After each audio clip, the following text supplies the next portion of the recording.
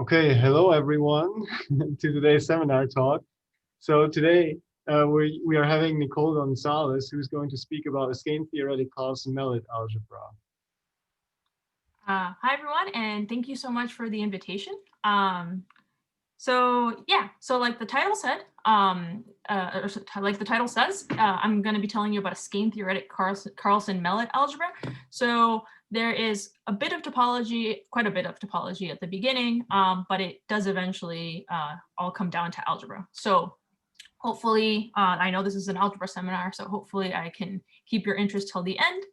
And this is all joint work with Matt Hogancamp, who's at Northeastern. So, all right. So let's talk about a little bit of motivation first for what this algebra is and where the question arose. So there is this thing called the shuffle conjecture. It is a conjecture that came up in algebraic combinatorics about, 20 years ago now. And the conjecture essentially related the Frobenius character of a space known as the space of diagonal harmonics, which if maybe you've studied algebraic combinatorics, you will have heard because it arises in a plethora of ways. And what this conjecture basically did is it gave an explicit formula for the Frobenius character of this space, which again is, it's defined below. It's some space of polynomials in two sets of variables with vanishing derivatives. And it gives this formula in terms of some combinatorial objects known as Dyck paths and word parking functions.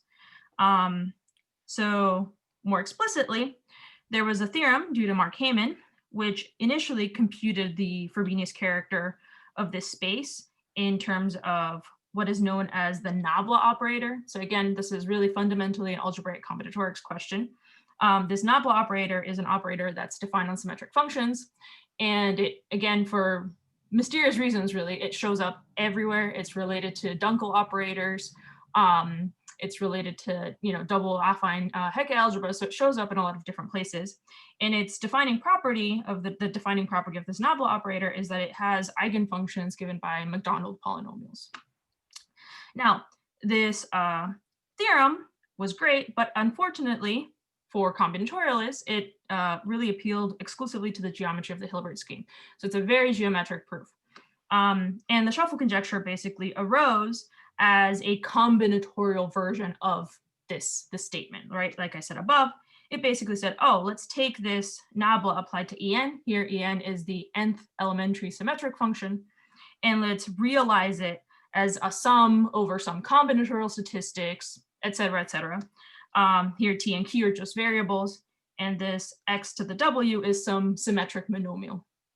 Okay.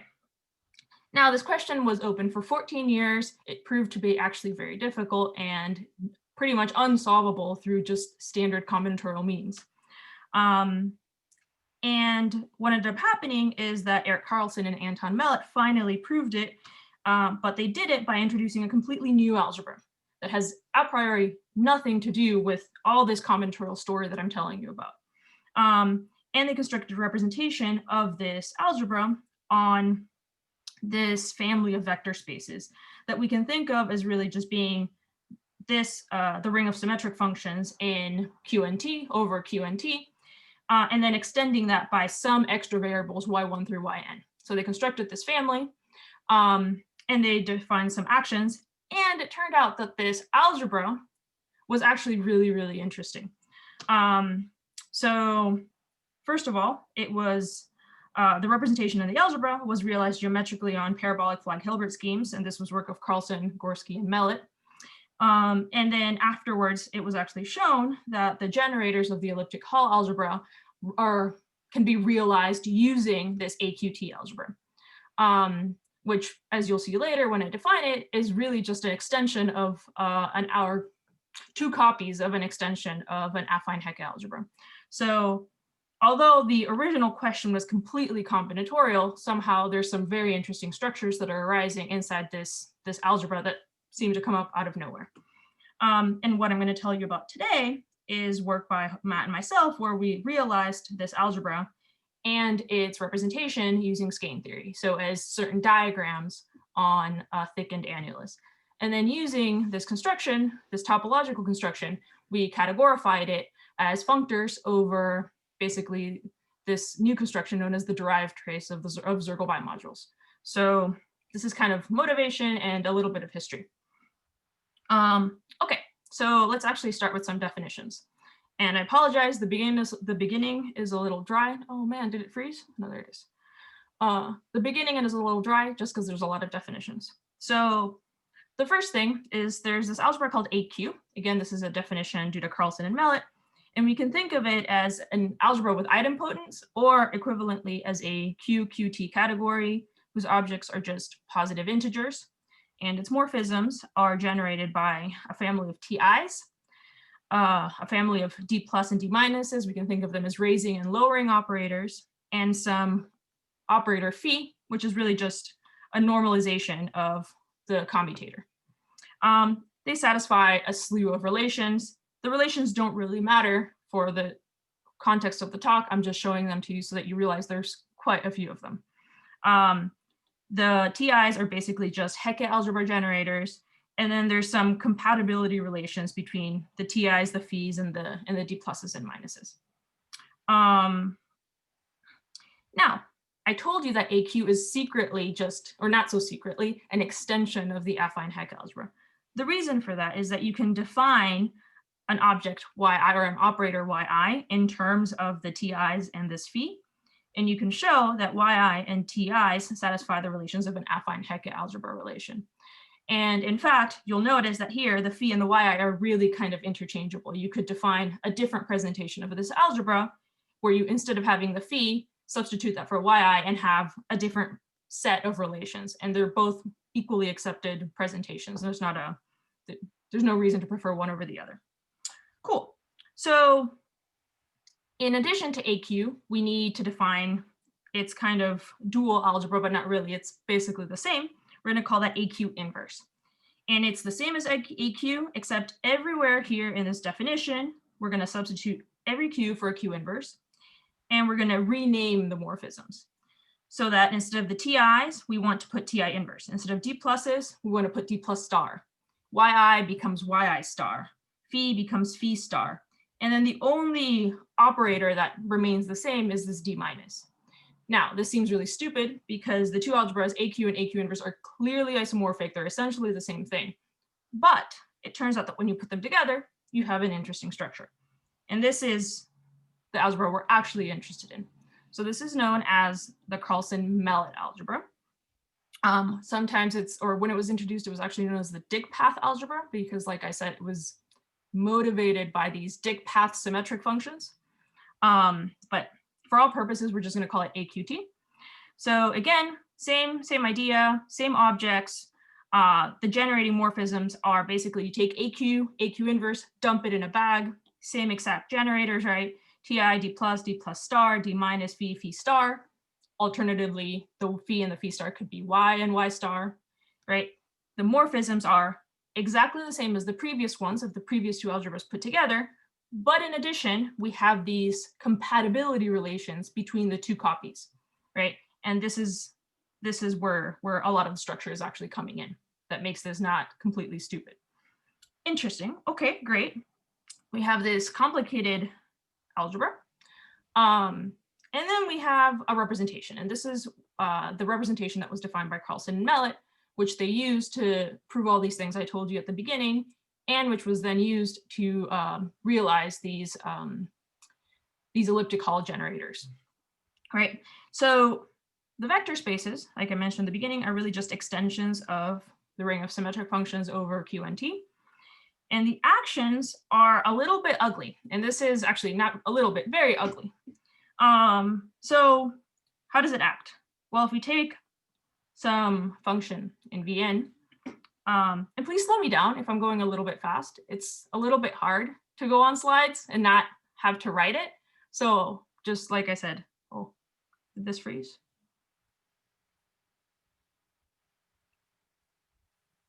I'm concerned. Did you guys, sorry, can you just tell me, have you seen the screen or was it frozen for a while? It was frozen for a while, but now it's okay again. Okay, sorry. Okay, so yeah, so this is the AQT algebra. Okay. All right, so as I was saying, we have this polynomial representation, and what is the action? So if you take f to be some function here, then the TIs, the Hecke algebra operators, are going to act by these things known as de Moivre-Lustig operators, which are the most classical action you can think of, initially defined by Lustig. And it's really just these DIs are what are known as divided difference operators or de Moivre operators. So this is a very classical action. The YIs are just going to act by multiplication. So up to here, this is pretty standard.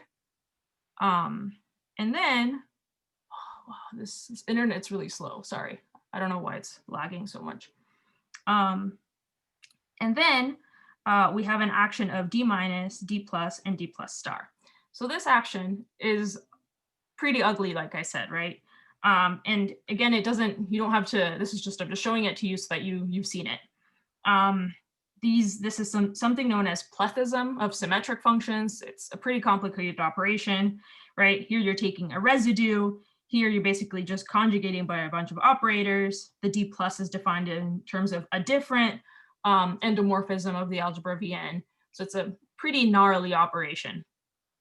You don't have to memorize it. We won't use it, not explicitly anyways, just so that you've seen it. Okay. And then in addition, this algebra has some pretty cool structure.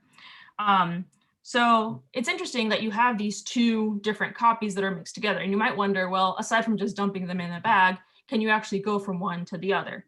And this is where this intertwining operator comes into play. So it's antilinear, it's a degree preserving automorphism, and it's uniquely determined by the fact that it sends 1 to 1. And more interestingly, there it is, okay. More interestingly, it intertwines the actions of AQ and AQ inverse, meaning that you can basically conjugate the action of A to get the action of AQ inverse if you conjugate by n, right?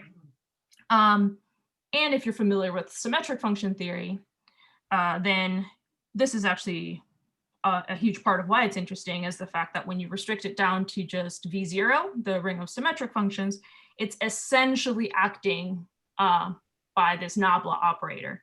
Here, this omega is just the standard involution. It's neither here nor there, but really the key point is that it's basically just nabla. So from that perspective, it's very interesting. Okay, so now any questions before I move on to the topological part?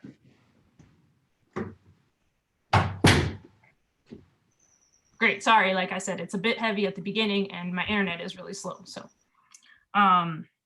very well. So what is the topological component that I want to talk about? So what we want to do is lift all of these concepts to pictures.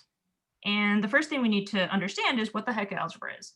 So we want to think of the Hecke algebra generators Ti and Ti inverse as positive and negative crossings, right? And here we're not closing any diagrams. These are really just braid diagrams.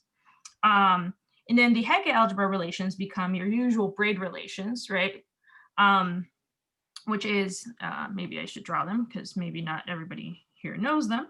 So your usual braid relations just tell you that if you have a crossing like this, this is the same as sliding through the back. This is sometimes known as a Reidemeister move, right? And then you have another relation that tells you that if you have crossings that are far away, they commute. So namely, if you have something like this for uninteracting strands, right? Then this is the same as basically sliding them. So this is the isotope. This is known as isotopy of diagrams, right? You can just kind of slide the crossings around. So this is what I mean by the braid relations. And then the Hecke algebra relation is basically encoded in this relation. So this is what is commonly known as the skein relation, or a version of the skein relation, because there's different normalizations. Okay, what does that mean? That means that we can think of the Hecke algebra as just basically being the span of braid diagrams, right? Up to the skein relation and isotopy. And then in particular, if we want to think about the center, or sorry, the cocenter of the Hecke algebra, we can think of that as just basically taking a diagram and then closing it, because Here, diagrammatically, the left action and the right action correspond to acting on these diagrams by the top and the bottom. So if you're identifying the left and right action, it's equivalent to identifying the top and the bottom action on the pictures, which is why you think of it as closing the diagram around an annulus. Does that make sense? Please ask me. I realize this is confusing if you've never seen or if you're not familiar with topological pictures. Okay. So this is pretty cool. Why? Because it allows us to think of symmetric functions as pictures. So in particular, there's a theorem due to Morton and Aston that tells us that if we take the direct sum of all these things, right here, n is the number of strands.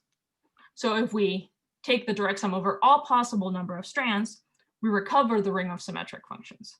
So that mapping essentially tells you, well, you can think of sending elementary symmetric functions as the closure. So here really, I should, this should really be closed, but for the purposes of keeping the diagrams clean, I didn't. But really, you should think of that as the closure of the image. And then HK, again, is just the crossing, the closure of K negative crossings. E is the crossing of, or the closure of K positive crossings. You can think of Hook-Schur functions as closures of partially positive and partially negative closures, and so on. So you can think of basically any symmetric function you can envision diagrammatically. Schur functions, which are the basis for the ring of symmetric functions, can be realized then as closures of young idempotents in the Hecke algebra, right?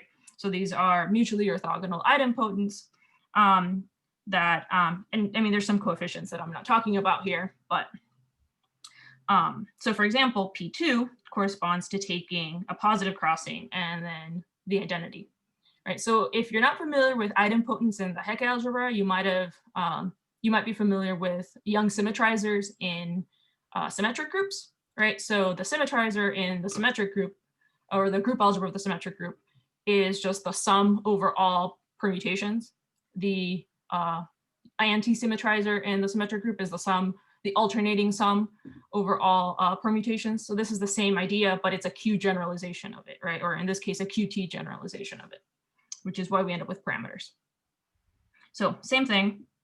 So then, for example, if we take our E2 or E3, right, the second and third elementary symmetric function, here, like I said, it's just a closure of one crossing or two crossings or three crossings and so on. And you get the positive or the negative, depending on whether it's an H or an E. And then E1 and H1, which is just basically, the first elementary symmetric function, is just a circle with some normalizations, right? So it's actually a really beautiful, beautiful story. Cool. What does this have to do with, let's get back on track. What does this have to do with our story? So we don't want to realize just symmetric functions. We want to realize this huge space or this huge family of vector spaces, Vn. So we need to incorporate the yi's, right? The way we do that is we basically we don't identify the left and the right action. We only partially identify them. In particular, we take this quotient. And the way we do that is we say, well, we're just going to identify the rightmost m strands, right? And leave the other n strands free. And that is equivalent to thinking of taking your diagram and only closing part of the strands around the annulus, but leaving the other ones kind of free. So you can think of this as being a punctured annulus, if that helps you. And the relations are the same. D is still just a braid, and you're still up to skein relations and isotopy, right? So all the usual topological tricks hold. So then this is the proposition that we want to consider. These are our topological vector spaces, right? Is the fact that these algebraically defined vector spaces are really just the same as taking the direct sum of these diagrams, but we do need an extra condition. This is a technical condition that it was more complicated to explain than I would like, but we do need to quotient by the fact that these diagrams are not just braid diagrams, they are braid diagrams that absorb young idempotents from below. So if you put one of these young symmetrizers on the bottom, it's like you did nothing, right? And that it basically allows you to absorb crossings from below, and it gives you a slew of nice properties. Okay, so this is actually a pretty nice description of Vn, which leads us into the next two questions, right? The first thing is, how do we get, how does AQT act on it? How do we realize the polynomial representation that I mentioned earlier? You know, this crazy representation in terms of sums and residues and de Moivre-Lustig operators. And can we realize the action of symmetric functions on these higher level VKs, right? Because the VKs are symmetric functions with symmetric parameters, but the symmetric functions still exist in any VK. How do you realize this action when your diagrams are not closed, essentially, right? Because in the example that I gave you, I said, well, you have all these pictures for symmetric functions, but they're all perfectly closed diagrams. What happens if you don't close it? So these are the next two questions that we want to address. Any questions?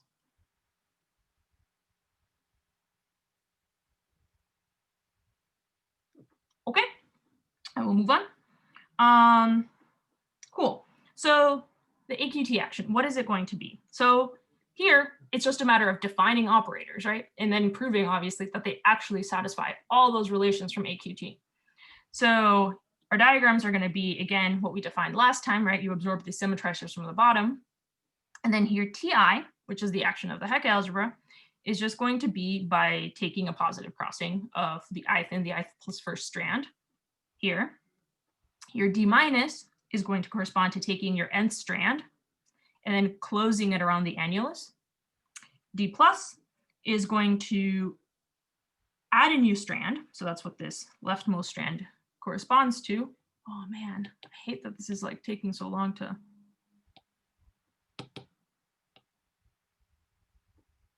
Sorry, it's just, I'm trying to point to something and I don't think you see it.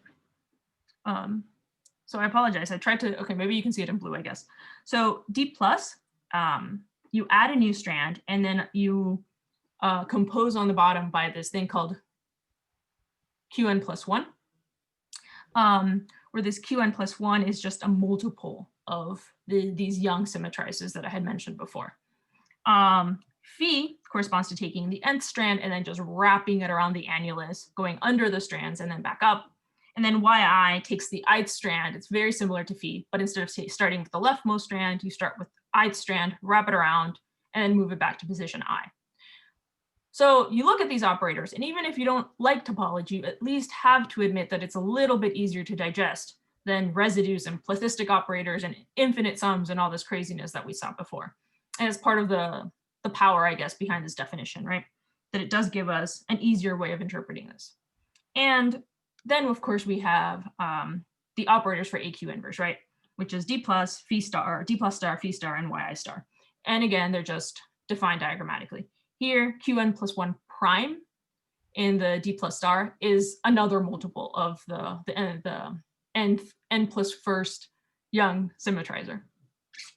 Okay, so we have these pictures. What do we do with them? Well, the first thing is we have a theorem which tells us that these diagrams induce a topological action of AQT on Vn that realizes the polynomial representation. So this is just basically saying we're taking this algebraic construction that I told you about before and realizing it with pictures, right? And the proof is diagrammatic. And it basically reduces to saying, let's check that all these slew of relations that the AQT algebra was supposed to satisfy, these Hecke algebra relations, the affine Hecke algebra relations, these braid absorption, commutation relations, all this stuff holds for the diagrams. And the proofs are actually really, really easy because you just draw the pictures and you say, oh, look, they're the same after I wiggle the diagram a little bit, right?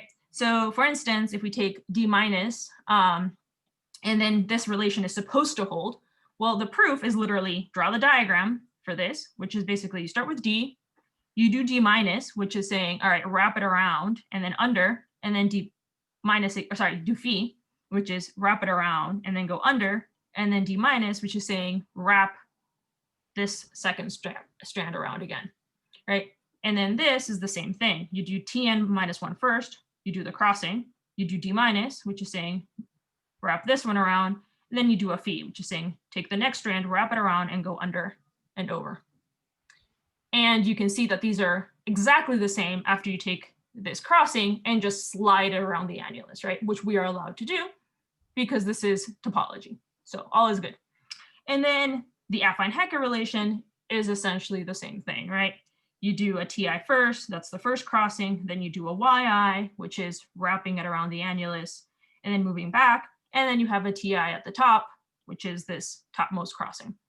And then YI plus 1 is just comparing the pictures, and they're the same.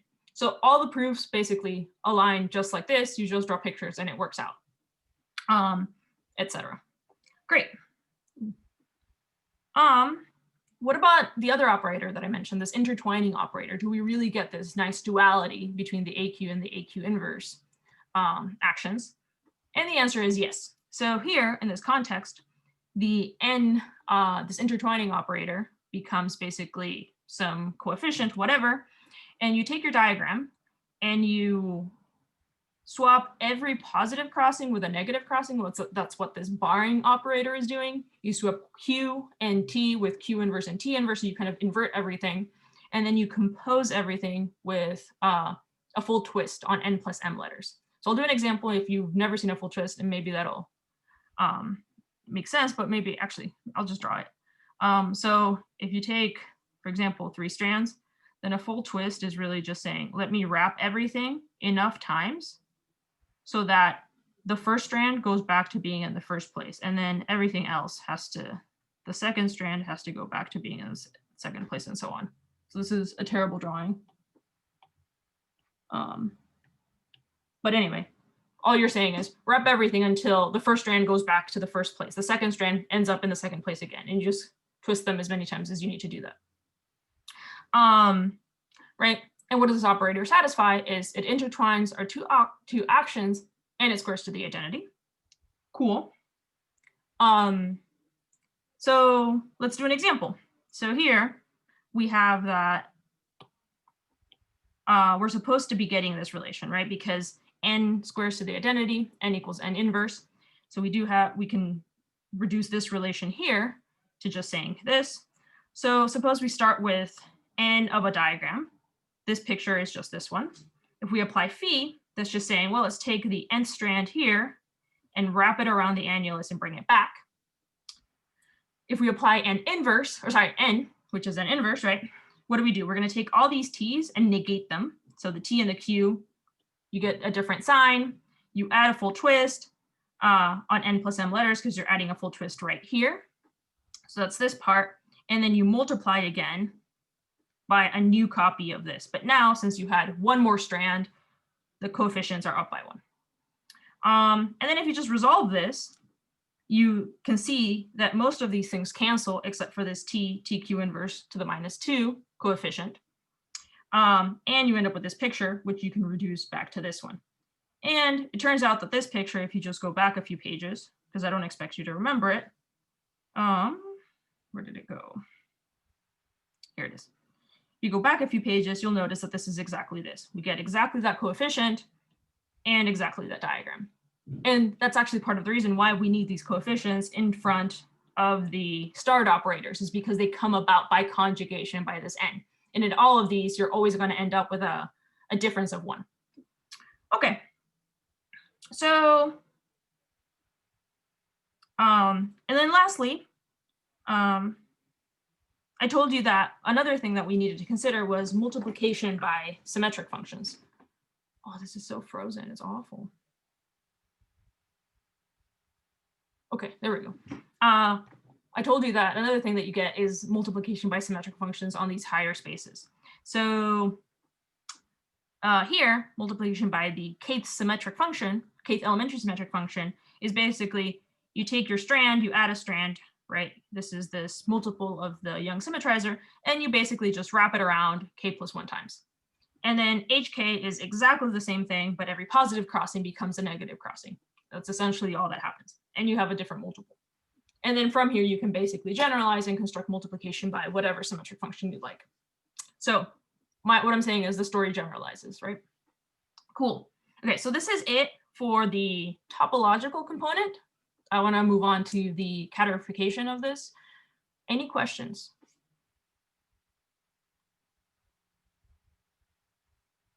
Okay, great. And again, if I'm going too fast, do stop me.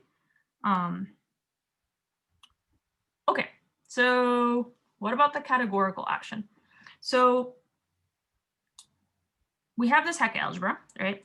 Now the Hecke algebra was categorified is categorified by this thing known as the category of Soergel bimodules, which we're going to know as BIM N. Now, the Hecke algebra we talked about, or you're probably familiar with what's known as the standard basis, but it turns out, there it is, what's known as the standard basis, which are these TIs, right, that I was talking about previously. It turns out that categorifying the Hecke algebra using just the TIs is it doesn't really work very well. And the basis that you want to use to categorify the Hecke algebra is what's known as the Carlsson-Mellit basis.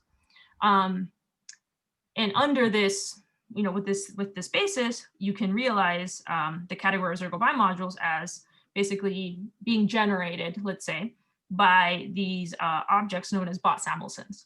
And we can think of them really as just taking polynomial ring R, tensoring it with itself, but you're tensoring over invariants in variables xi and xi plus 1. So things that are symmetric in variables xi and xi plus 1 get to pass through the tensor product, and everything else stays in its respective side of the tensor product, right? The standard basis then doesn't actually lift to any sort of indecomposable element or any nice object. In order to realize the standard basis of the Hecke algebra in this category, you actually need to enlarge it to think about the homotopy category of the category of Soergel bimodules, right? So this is what I mean by KB. It's just the category of bounded chain complexes up to homotopy.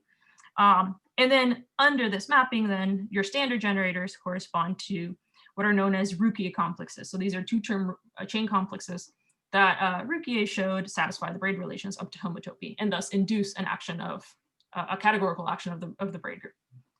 Now, this is kind of the, a super basic summary of the algebraic story.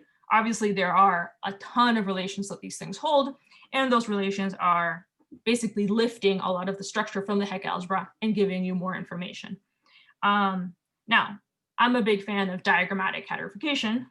So of course, I'm going to mention that this category, although it was originally algebraically defined, it was later realized by Elias, Kavanagh, and Williamson diagrammatically as string diagrams, right? They're decorated string diagrams. So, and they're flat, so they're planar.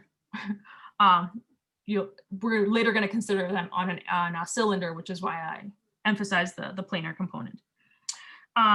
So how does this help us categorify what we're after? So we're going to lift different pieces and then put it all together. So the first thing we need to understand are what these categorical symmetrizers correspond to, right? Our young idempotents, what do they categorify as? In order to do that, we're going to note by Q the Soergel bimodule grading. What I mean by that is the BIs are basically tensor products of polynomial rings. They have a natural grading on them. So that's this Soergel bimodule grading.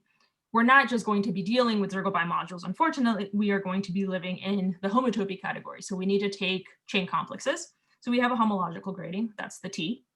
The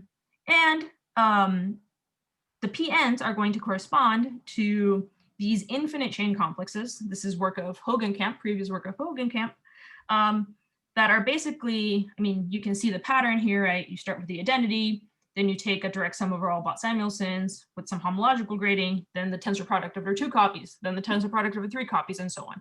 So it's very explicit. And these chain complexes satisfy the condition that if you tensor them on the right or on the left by these building blocks, these Bott-Samuelsons, you get a chain complex that is homotopy equivalent to 0. Now, this is equivalent to the fact that if you're familiar with young idempotents or young symmetrizers, you'll know that if you compose them with transpositions, or that if you tensor them with crossings, however you want to think about this, it absorbs these crossings. Nothing happens, right? You take a young symmetrizer, you hit it with a permutation on the left or on the right, you get the young symmetrizer back. And that is equivalent to this condition categorically, that the PNs, when you tensor them with Bott-Samuelsons on the right or on the left, you just get you get 0. So that's not an obvious statement. I'm just telling you that that's why you're getting this condition. So these PNs really do categorify the young symmetrizers that we saw before. Now, they have a family of endomorphisms. They're called UI. I'm not going to tell you what they are. I'm just going to tell you that they're interesting, that they exist. And in particular, they generate the cohomology ring of the endomorphism algebra. Now, you look at these PNs and you say, well, they're infinite. That kind of sucks because infinite chain complexes are generally pretty difficult to handle. So we would like bounded versions of them. And this is what these QNs correspond to. So you'll notice that in the definitions of these operators, the topological operators, there were these multiples of the PNs. The reason for that is that normally the Young symmetrizers come normalized by a factor of 1 over Q plus Q inverse or Q minus Q inverse or some sort of infinite sum, essentially, because 1 over Q plus Q inverse expands as an infinite series, right? The idea here is that you want to get rid of that denominator. And in order to do that, you define these QNs, which account for that denominator so that you end up with something that's bounded. But what's really cool is that the QNs are quasi-idempotents, so they satisfy a lot of the same relations as the PNs. And these are the objects that we're actually going to be dealing with, right? The way they're defined is they're just cones of these particular endomorphisms, right? But like I said, really you want to think of them as bounded analogs of the PNs. Cool. So what is the categorical VN then? What does that correspond to? So to do that, we need to define, or I need to introduce a little bit of background on some work that was recently done by Eugene Gorsky, Matt Hogancamp, and Paul Wedrick. So what they did is they categorified the cocenter of the Hecke algebra using something that's known as the derived trace for the category of Soergel bimodules. And I'll tell you briefly what that is. But essentially, they gave an explicit DG model that realized this structure categorically. So what's the gist of it? Is the usual horizontal trace is, so given a category, you can define this thing known as the horizontal trace. And essentially, you have the same objects, but now your morphisms are quotiented by the condition that if you think of this as your morphism that's going from x to x prime, and maybe this is y and this is, so maybe let me suppose this was y and x prime and this was y and x, then you want to think of this as basically quotienting by the fact that a morphism from G can be kind of slid around an annulus, or sorry, a cylinder, right? That, let me think, sorry, I'm doing a terrible job here. So maybe I'll write it algebraically and that's easier. So if you want to think of this as a morphism F that's going from Y tensor X to, you see it? Yeah, to Y tensor X prime, then you want to quotient by the fact that if you take G tensor 1, let's say tensored F, that this is the same as taking F and then tensoring by 1 tensor G. Somehow, that it doesn't matter which order you apply the morphism G on.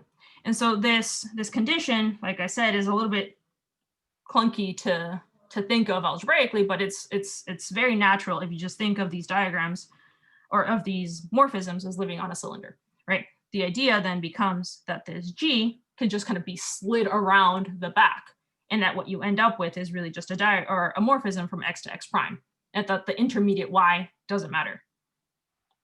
Now, this is all well and good, but the problem is that sometimes you might want to consider this not as an equivalence, but up to homotopy. And this is where this recent work of Gorsky, Hogancamp, and Wedrick comes in, where they basically constructed a DG structure on this horizontal trace category by keeping track of the higher homotopies, right?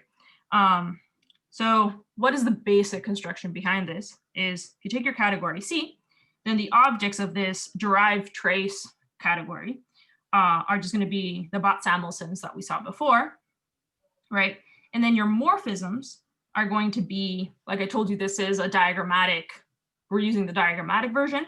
So you want to think of these as diagrams. So this is some sort of picture, F is some sort of diagram, and EW is Elias Williamson. So it's some sort of Elias Williamson diagram where the part near the seam, and what I mean by the part near the seam, I mean these are the seams, right? The edges, the parts that you're gluing together. The part near the seam is an SBM N, right? So here it's a diagram in N plus M, but you're gluing the M part. So you're identifying part of the action, right? So you can think of this as a picture like this. And the point is that by basically defining certain differentials, certain DG structure on here, and keep track of them, keeping track of them, you can realize this up to homotopy. And diagrammatically, I'm not explaining this very well, and I apologize. And diagrammatically, the way you keep track of this is by basically adding some things called purple bars. The point is, there's this construction, it exists, and it realizes this equality up to homotopy. It's a pretty technical condition, so let me just kind of black box that a little bit. I apologize. Okay, so then what do we actually want out of this category? Well, to categorify Vn, we need to extend this category. So we're going to let C prime be the pre-triangulated whole of C. The reason for that is that you'll notice that in this, oh, I froze again. In the, yeah, here it is. Okay, in the previous category, the Gorsky, Hogancamp, Wedrick category, the objects were just Bott-Samuelson. So here we're not talking about chain complexes. We want chain complexes. Why? Because we want to deal with the TIs, not just the BIs, right? So the standard generators, we want chain complexes to show up. So we need to take the pre-triangulated whole. We get chain complexes. Excellent. And then we are going to take a full subcategory of this pre-triangulated whole, consisting of complexes that kill the BI from below. This condition is basically a categorification of the fact that in this topological Vn, remember that I told you the pictures had to absorb young symmetrizers from below? That is equivalent to this. This is basically telling you that the X's have to be killed by Bott-Samuelsons. If you are killed by Bott-Samuelsons, that means you secretly have a young idempotent living below you. So this is that same condition. And then we have some extra technical conditions to guarantee that everything works, that basically these endomorphisms that I mentioned previously act null homotopically. And the proposition or theorem is precisely that this VNMs categorify each of the graded pieces of our vector spaces. Okay, what about the categorical action? How do we actually lift the AQT action? That part is very, very easy, because all we're doing is saying, well, by Rouquier complexes, right, by the construction of Rouquier, any braid lifts to a chain complex, right? So any picture that I draw, or any picture that I drew, all these crossings can be decomposed piecewise to correspond to tensor products of chain complexes. Great, right? Each crossing is a two-term chain complex, like we mentioned before. And what that means is that if I take a diagram here in this Vn, in this categorical Vn, which is really just a lift of all these tensor products of braids, right? Then we can have two types of tensor products in this category. We can have the square tensor product, which diagrammatically is thinking of taking the diagrams and horizontally concatenating them. So this is horizontal concatenation. And then we can think of taking a chain complex and taking a vertical concatenation. So these are two explicitly defined operations in this category, which allow us to define two different types of monoidal structures. And then with this in hand, that means that those pictures that we drew topologically correspond perfectly to functors in this category, because we just lift everything. By looking at the picture, we just lift everything directly to the corresponding functor. If we saw a picture where it was horizontal, that means we're taking square tensor product. If we saw a picture where something was vertical, then we take round tensor product. A crossing becomes a Rouquier complex, and so on, right? So then the topological pictures that we had before, these operators become functors, like I said before, right? So then Ti, remember that Ti was saying, take the ith strand and the ith plus first strand and cross it, and then compose it on top. Well, that's exactly like saying, let's take this Yi here. Oh, it's froze, man. Sorry, let me update the. There it is. So the action of TI is like taking this YI and then substituting it for TI, substituting it for a crossing, which is equivalent to saying sorry, I'm like waiting for the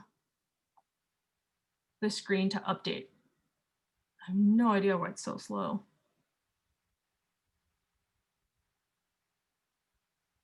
Come on.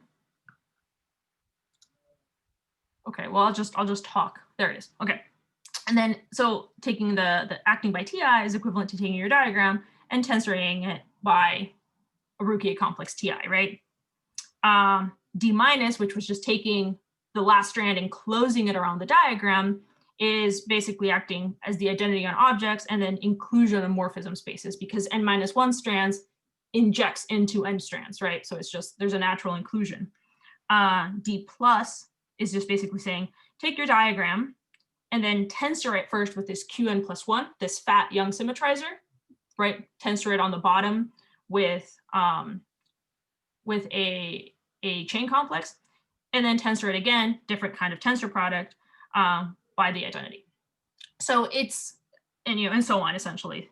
You can basically do this with every single one of the diagrams, just interpret them piece by piece as some sort of massive, tensor products of pieces in this category.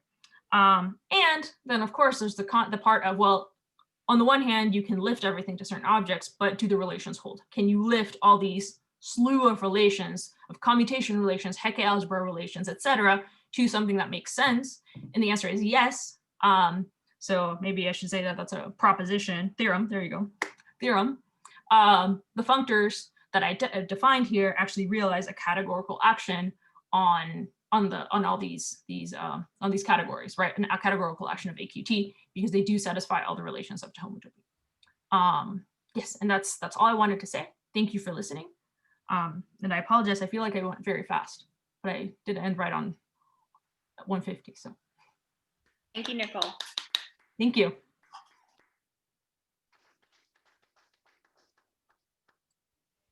Okay, thank you very much. Any questions?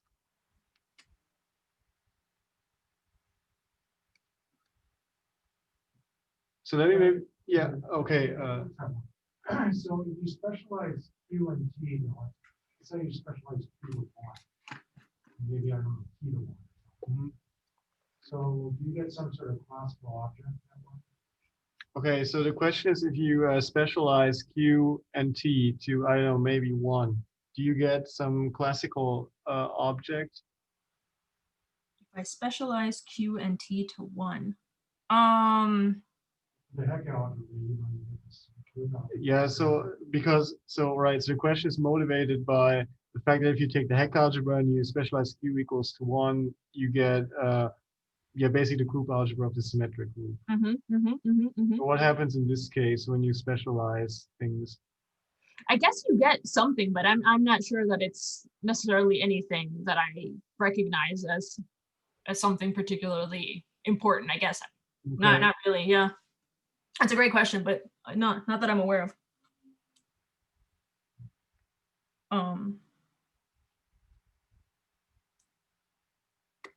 Yeah, thank you. Sorry, I can't give you a better answer. Okay, so so do you have any applications of this construction in mind? Yes. So, I mean, you probably noticed that this is, I mean, it's all I've given you is, look, there's this construction, we could created some operators. Cool. Why do you care? Right. And this is kind of where the motivation at the beginning was partly for. So the idea is, all right, you have this algebra a priori by itself, it's fine, whatever, but from it you can generate interesting structures, right? And some of them, for example, are these elliptical generators that I mentioned. So a thing that you might be interested in, and certainly I am, and a lot of people that I know are after this, is how do you categorify the elliptical algebra, for example, right? And so if we can, and like I said, this AQT algebra is weird because a lot of the constructions that come out of it are really, really explicit. It's not just like, you can do it. It's like, no, here's a formula for it. So that means that if you give me an elliptical algebra generator, in theory, I haven't actually done this, so I'm not going to claim I've done this, but in theory, you should be able to just explicitly define it in terms of D pluses, D minuses, phis, etc., construct something, which means that, all right, let's take our pictures. Let's draw the elliptic Hall algebra. Let's draw the generators, right? That gives you a skein-theoretic presentation. And then, well, we categorified each piece individually. So in theory, you should be able to categorify the composition of these operators as well and end up with some sort of elliptic Hall algebra categorification. So that's one possible avenue that, you know, we're currently working on, we're very interested in, and certainly was part of the motivation behind studying this. If you're interested in algebraic combinatorics, like I said, this might not appeal to you, but if you are, there's a lot of open questions about, for example, what this nabla operator does to a whole family of symmetric functions, right? So for example, the paper by Carlsson and Mellit, which was just solving one case, it's basically just saying, what does nabla do to one symmetric function, En? That paper got published in JAMS. And that's one symmetric function. Okay, let's generalize that. What does nabla do to Schur functions? What does nabla do to power sums? What does nabla do to pick your favorite symmetric function? But the reason that this question is really, really hard is because a lot of these formulas are defined in what's known as plethystic notation. So this is some symmetric function mumbo jumbo that's notoriously difficult to manipulate because things don't behave very well. They only behave well for power sums. Anyway, and what these diagrams allow us to do is to kind of avoid a lot of these algebraic problems by just drawing pictures, right? And maybe you noticed, maybe you didn't, but part of the kind of magic behind the topological version is that the formulas are so simple, the operators are so easy, and the computations themselves are almost trivial. Whereas if you do the same computations using the algebraic formulation, it will take you pages, or you have to code it, and you hope, it's messy. And so a lot of another motivation is, well, maybe we can use this to answer questions about symmetric functions, find formulas, find expansions. What does nabla do to different things? So that's kind of another avenue. Yeah, so that's, here's just two things that I think are pretty interesting. So is there a geometric, or do you have any ideas how to categorify this geometrically? Is it still connected to the Hilbert schemes in some sense? It should be. I don't know. I have no idea what it is yet. But you don't have a concrete conjecture about maybe this V sub NM is the derived category of some, I don't know, coherent sheaves and some algebraic variety.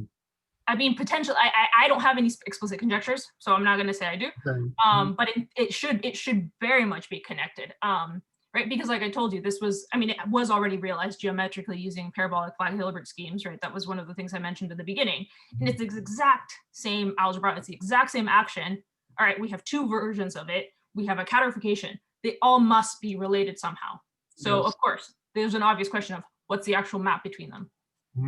Very, very unknown at the moment, but very interesting and very exciting. So, yeah. Okay, great. Any other questions? So I think here in the seminar room, we're good. At home, anyone else is there anyone who has a question at home? Okay, so this does not seem to be the case. So yeah, let's thank Nicolle again. Thank you. Thank you, Nicolle. Thanks. Thank you. Sticking with it. And sorry for all the internet problems. I can't